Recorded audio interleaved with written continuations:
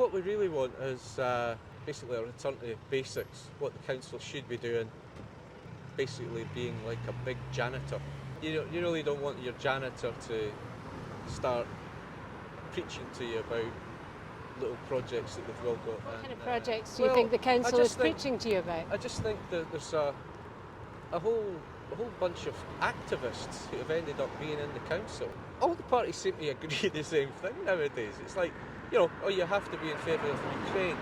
Okay, why? Why do we have to do that? It's that the council's job. The main message of the Scottish Libertarians that you should really be able to speak and say what you wish, or do you have one view as a party? No, we've got the view that you should be able to have freedom of speech. That's actually the premise of everything.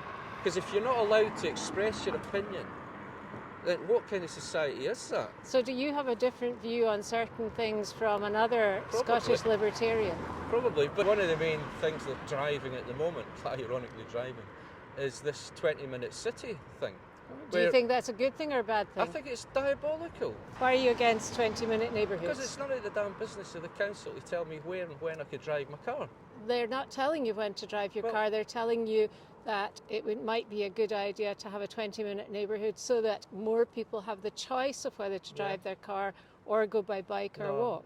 It's not their business to socially engineer people's lives to that extent. The traders in Roseburn demanded compensation for the roadworks right outside their door. Mm-hmm. Do you think that you would have given them such compensation?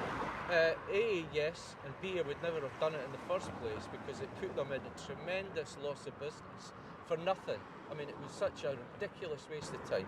That's one of the things that I'm annoyed about, is the amount of ridiculous, stupid roadworks that go on all the time. And they seem to think they can just keep it going on and on.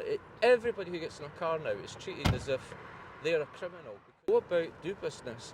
That's what Edinburgh used to be, a boomtown, because we could just go about and do business, buy something in a shop. And why can we not do that now? Because they've introduced a whole set of absurd traffic obstacles everywhere. I mean, you can't park. They're doing stupid things like making George Street a pedestrian precinct. Edinburgh's got a massive road in the middle of town. Princes Street was a 6-lane highway.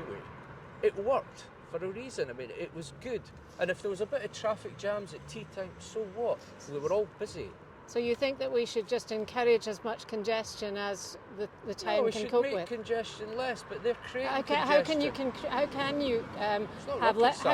But let me ask you a question. How can you have less congestion if you just allow everyone to drive their cars on the road? Because if it's so congested, you do what we used to do. Which is what? I'll go another way, I'll go this route, I'll go that route. And so what about public transport? Do you think we should be investing in public transport? Good. I'll tell my mum and dad who are in their 80s to go around and stand at the bus stop on a day like this, to go to Tesco, and stand there with their little shopping bags. No, they need a car to get about. People need cars to get around. It's not just 80-year-olds. What about yourself? Would you be able to take the bus? Yeah, I could take a bus.